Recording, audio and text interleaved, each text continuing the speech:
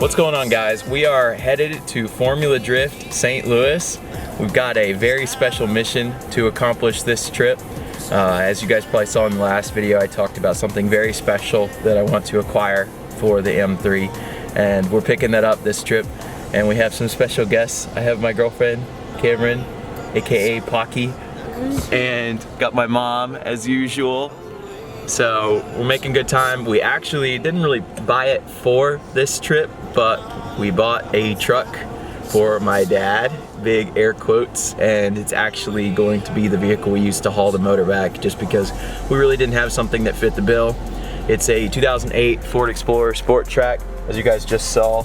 It's pretty cool. It's a 4x4 with the V8, but I'm not really a big truck guy, so I don't really know what is cool and what isn't with trucks. I just know that this thing is big.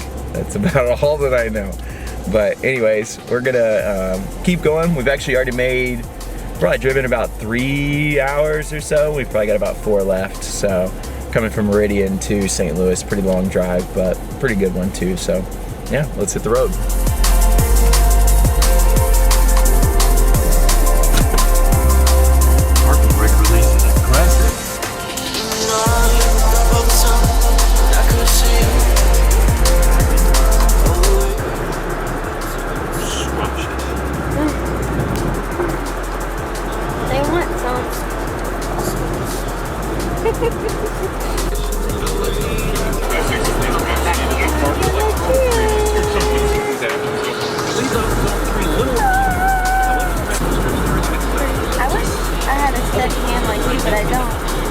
What does that mean? Anyone can ride? It means even if you're a convicted felon and escaping prison, they're gonna let you ride. Nice. You got a taxi fare, you're good. Got the fees though. See you later, nerd. Golly. Hot gun. Hot gun. Highway to the danger zone. Taking a look, and it's Jack Davis. Let's go! Woo! BMW E36. What's the best car, Cameron? E36 Just got quick little counter into that first outside zone. I saw you give a little head on, Matt. You like that initiation here in the second outside zone. Works the wheel in. Very well done. Big counter. You can see how much angle he's got. And very smoothly into the third outside zone. Could be a little bit deeper, but just put the score on the board. Oh, gets across that last outside zone 4. Yep. Yeah, like you said, Jared. Not bad.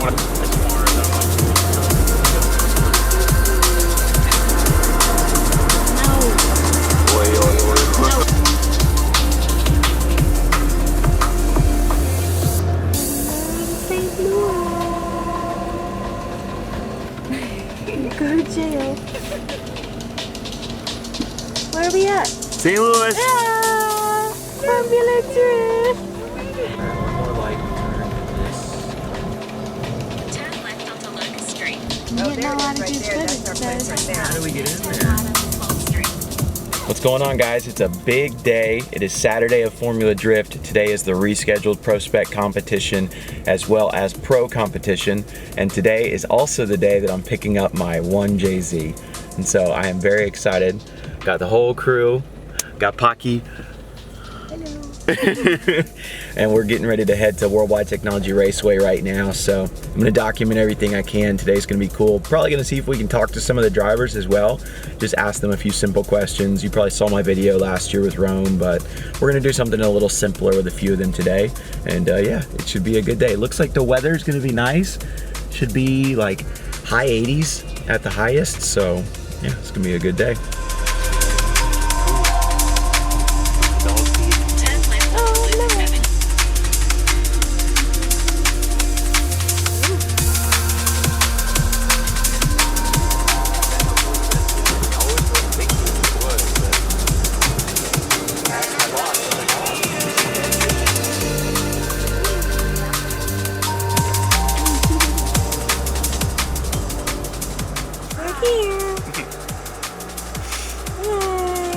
Where we at?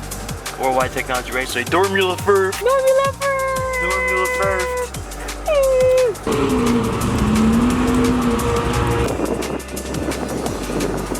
Pay attention. This is my camera Say, I'm bag, sure it's so- pretty much everything, yeah. Yeah, so this is Michelle, our favorite ticket checker. Have a good day. Thank you, y'all too.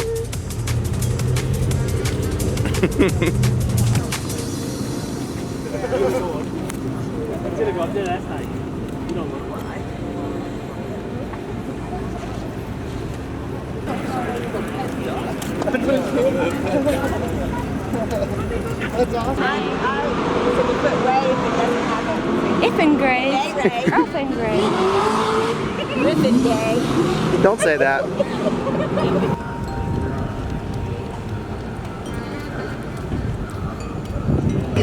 Do you mind if I take a video of him? Hey.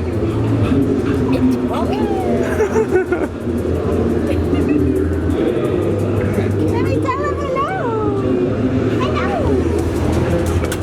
Oh, hey. What are you doing? Smell? What's it? Cool.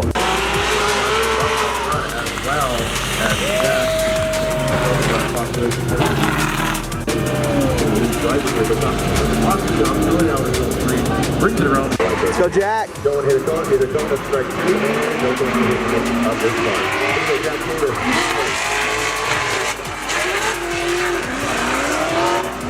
Jack, angle over.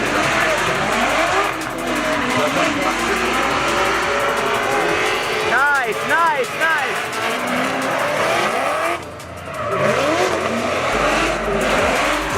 Wow. This one must have no booster. Well, I don't know what's going on, but it just blasted out of the water. There's some dust miles behind there, but does do a good job of staying. He just goes chase position. Well, for the Alabama B-boy, that is Ben Hobson. Ben Hobson gets the win. He is your victor.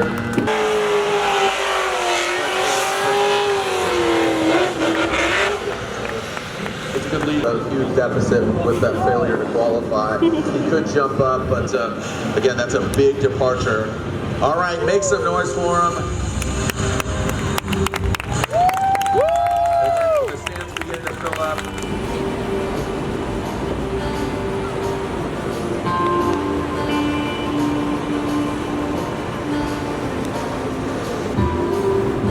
I'm coming.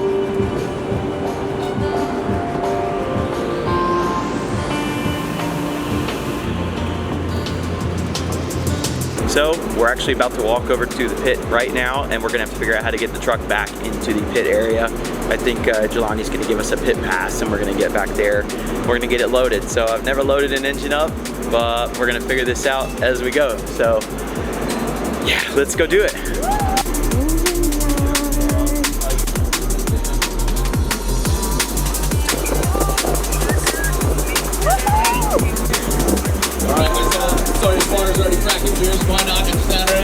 Time is it? What is he time?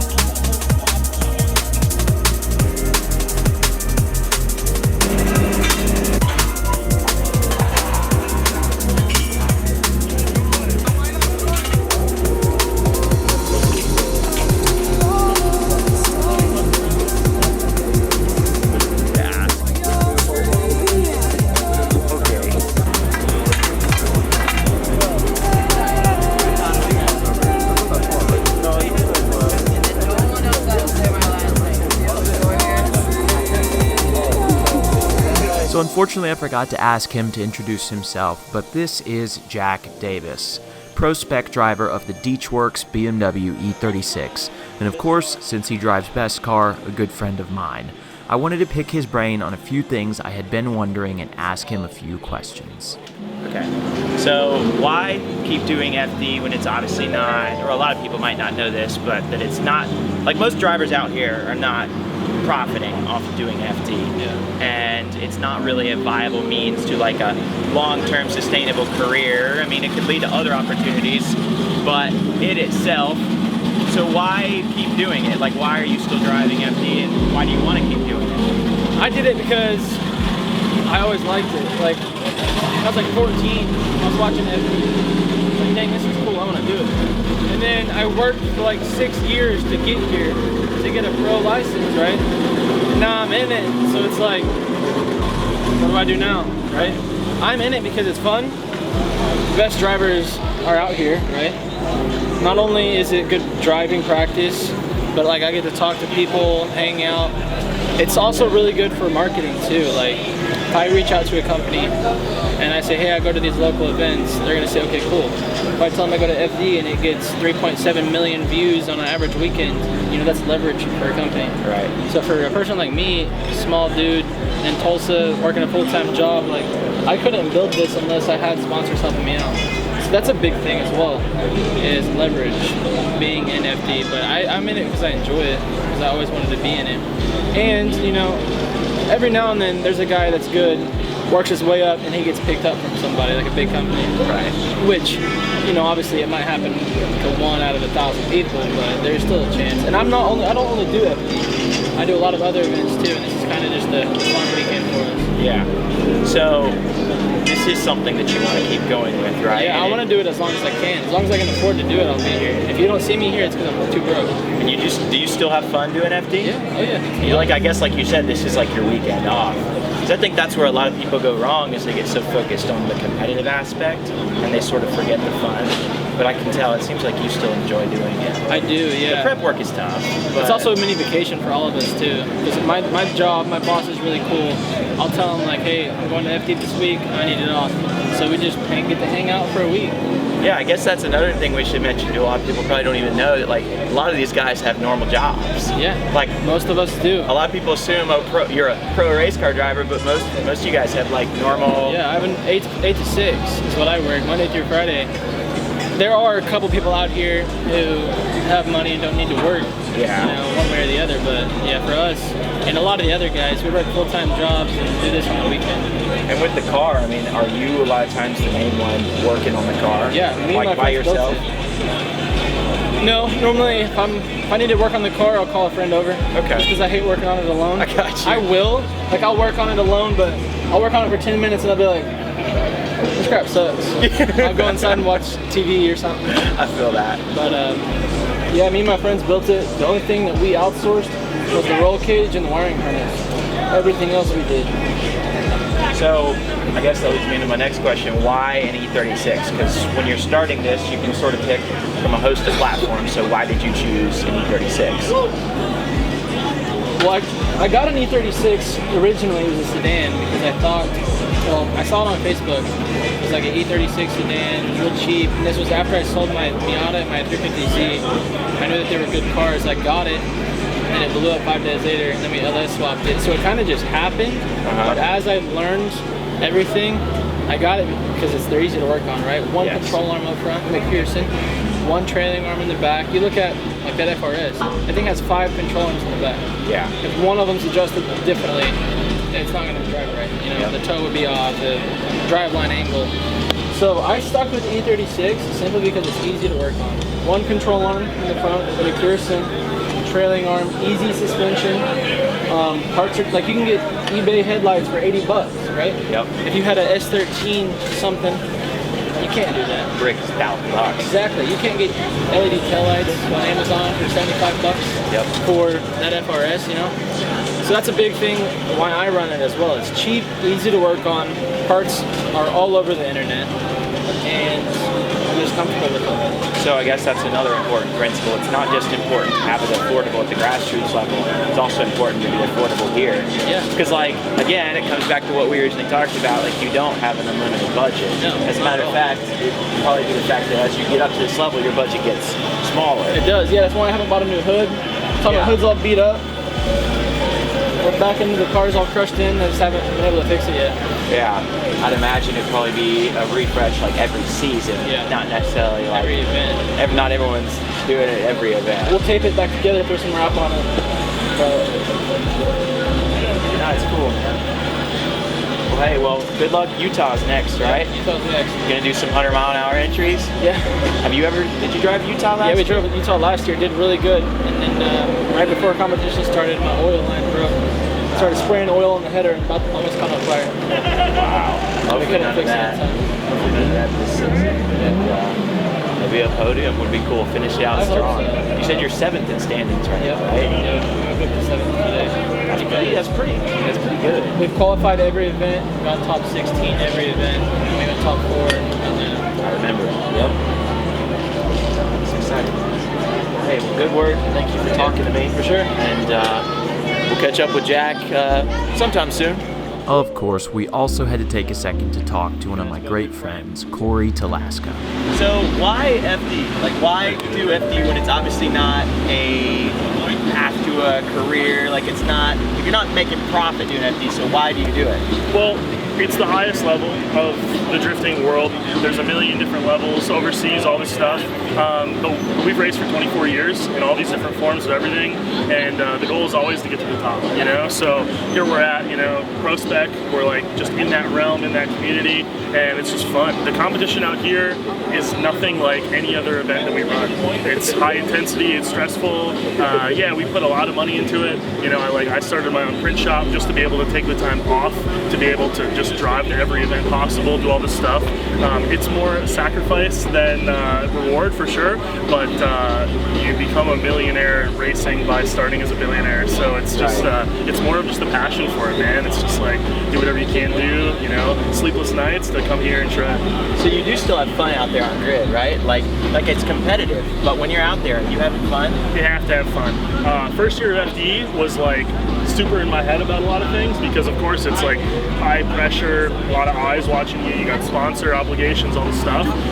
But then when you like return to this mental state of like, we're here to have fun, like most of these people that we're driving with are friends like for years. So when you turn it back to like that state of mind, then it's fun again, you know? And at the end of the day, like, you know, I don't want to retire with $1 million in the bank. I'd rather retire with nothing and just like, if I died tomorrow, I'd be happy, you know? Yeah, I think that's another important point, is a lot of people kind of think you've got unlimited time, and if you want to start something like this, the best time is right now, right? Like, I mean, so I guess that's another, I didn't tell you I was going to ask you this, but like, how did you get started? Like, where is the starting point for somebody who wants to do this? For drifting, for me, it was in high school. I was watching the off-season videos of Ryan Turk and these guys, just like shredding like mountains with like, you know, kind of like crappy cars, and it was just like, I want to do that. That's super cool. You know, I used to race circle track stuff, and so what I did is I sold everything we had. This is still the first car I've ever drifted, this exact car. I've heard so that like a lot, this E36, you know, and I just did a really kind of cheap, quick, you know, turbo setup on it. There wasn't really parts accessible. I was ordering a lot of stuff from Driftworks overseas. It was just like crazy. And then just drifted, like just drifted at US Air, you know, a slow local track, like sweet for grassroots, and luckily like 4 of my friends all did it at the same time. So we just all learned, did all this stuff like in the same adventure, and then what I realized the best start to grow from that is to then push yourself. So drive tracks that are faster outside of your box, drive with people that are better than you, and then suddenly your skill level just like literally ramps up like a ton, and it puts you in experiences you've never been in before. You know, you see a lot of people who have fun, but they've been drifting 5 times longer than I have, and they just drift the same track, and they're still having fun doing what they want to do, but you know, setup wise they're not learning, driving wise they're not really progressing, and yeah, it's whatever people want to do, but I love like learning, I love setup on the car, it's just fun. Yeah, so I guess big points is you got to be willing to sacrifice, and you also got to be willing to kind of eat dirt for a little while, but you also have to be willing to push yourself and go outside of your comfort zone, and not get to a point where you're just beating everybody all the time, and you're at your local event, you're the guy with the 600 horsepower car, and you're just killing everyone. You have to go out and play with the big dogs and get whooped to grow. Of course, you know, we got our asses. That's why you're here. A lot. Yeah, I mean, we got here with a lot of the guys that are here now.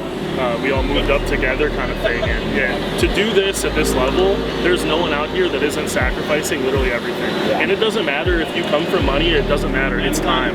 Time is the most valuable thing in this world. Like, so there's people out here, again, it doesn't matter if they don't even work a job, they're still putting full effort into social media, into sponsorship, into making sure the car's straight. It's a grind for sure, you know. So you have to love it. You have to love it. No, and if you, it's okay to like get to a point where maybe you're not having as much fun, but then back up and like realize, like, you know, kind of self-reflect on like what you're doing and why you're doing it and all this stuff, because it's easy to get caught up in the competition mindset and get super bummed when you don't do well and just get frustrated and take it out on people that don't matter or like that do matter. So it's just easy to like keep a level head about everything, and it's going to affect your driving. You're going to be more calm, more focused, more centered, and all that stuff.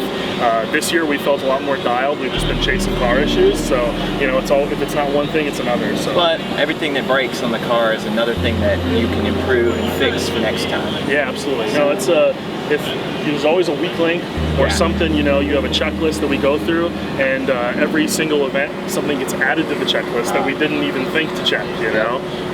So again then, like talking about the car, why an E36? You said it was your first car that you drifted, but why did you stick with it and take it to this level? So truthfully, we stuck with it as far as like I visually like the style of e-chassis, like both E36 and E46, but then it came down to, as I learned more about like setup and stuff, I just like mechanically how the car works. Yeah. You know, I like everything where it's semi-simple, but I love the rear trailing arm, you know, how the car digs into the ground, the mechanical grip, you know, overall how the car wants to drive is how we set it up. You know, I drive the car a lot different than a lot of people out here where we don't have any front grip, you know, but this car loves that. This car loves to be driven with the rear end, without a lot of action. You know, you don't see us like three-wheeling or doing anything crazy, but we're still one of the fastest cars on the track. We have a lot of pace.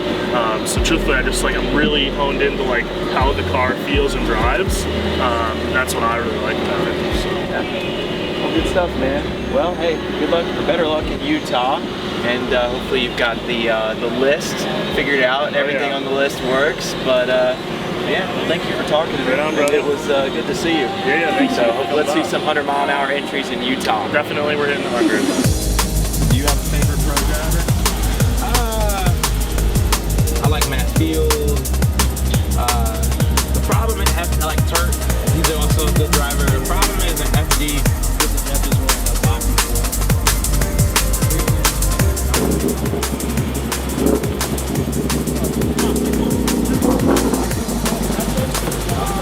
Hey, roll down the back window.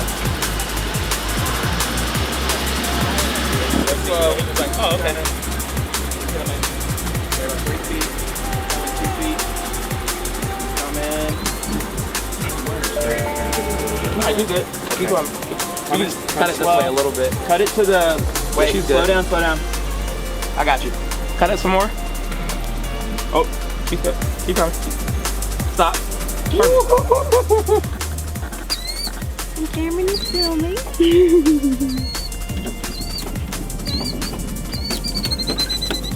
Bird's laughing at us. Yeah, it is. He's talking shit.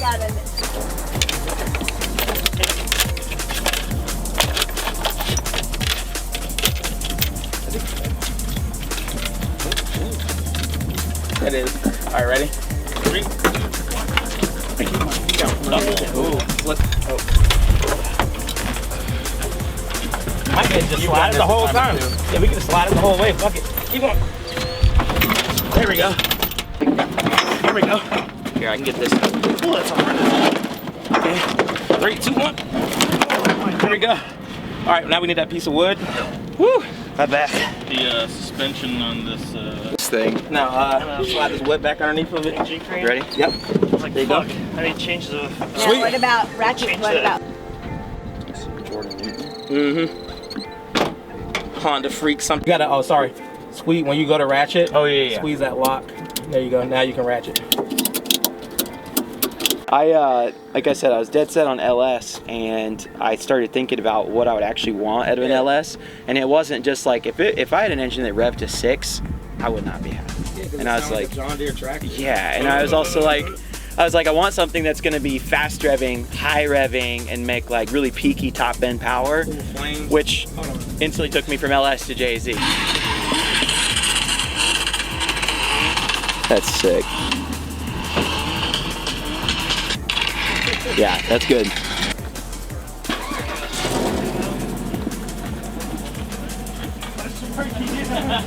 All right, so as you guys can see, we've got the 1J loaded up in here. It was a bit of a process. We used 4 people and basically just picked it up and slid it into the truck bed. The cover's off of it right now, so that's why it kind of is hard to tell what exactly it is, but oh man, I'm excited. We just spent some time saran wrapping any ports that I could find. I don't know JZ super well, so I didn't really know exactly what to cover up, but just things potentially if we drive through some rain.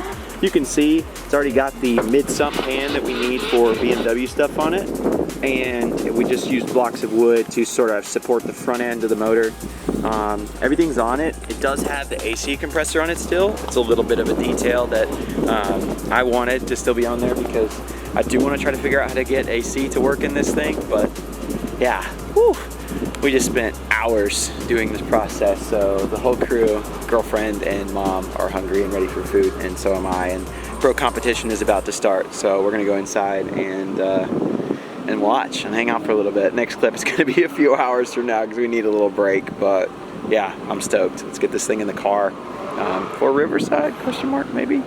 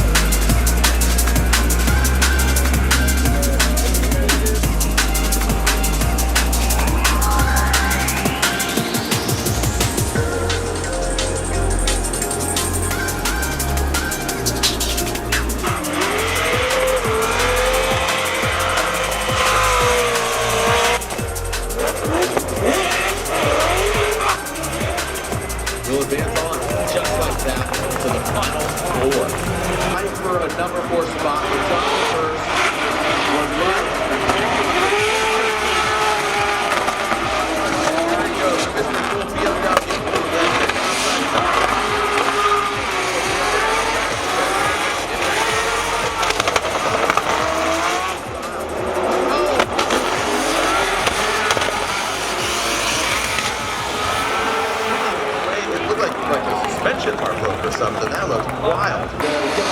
Where the road needs to go.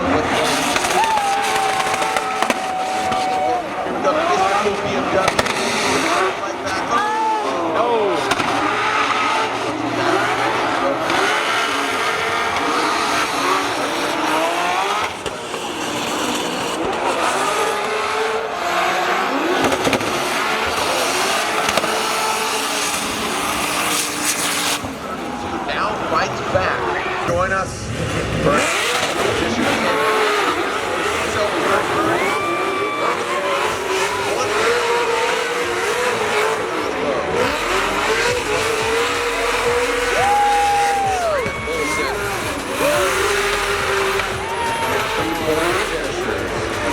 what order? You're about to find out.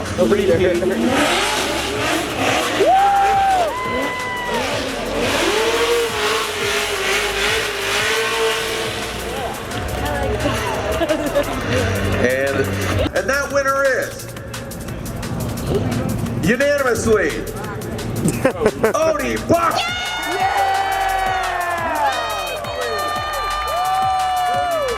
Gets the win unanimously, and that means racetrack pilot, that is Frederick the Norwegian Hammer Osbo. Who won?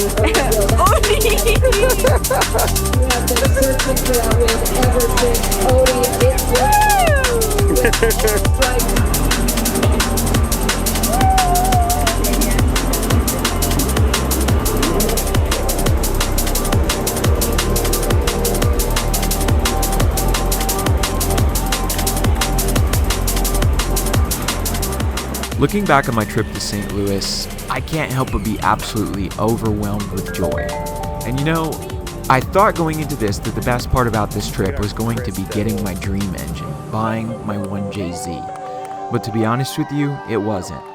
The best part about this trip was the fact that my girlfriend got to go with me, I got to get closer to her, my mom got to go with me once again, I got to see friends that I honestly consider family that if I'm lucky, I get to see them once or twice a year. I got to feel welcomed into a community where egos don't get in the way, and a group of people who don't really care at what point you are along in your journey, just that you're trying. And I'm so excited for my future in drifting. I don't know what it holds, how it begins, or what's next, but all I know is that the future is bright, and I'm very excited.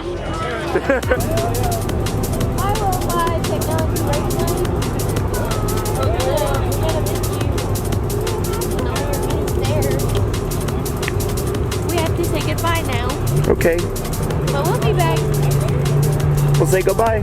Goodbye, Worldwide Technology Raceway. Bye, Dermula Formula Drift 2023, St. Louis. Bye.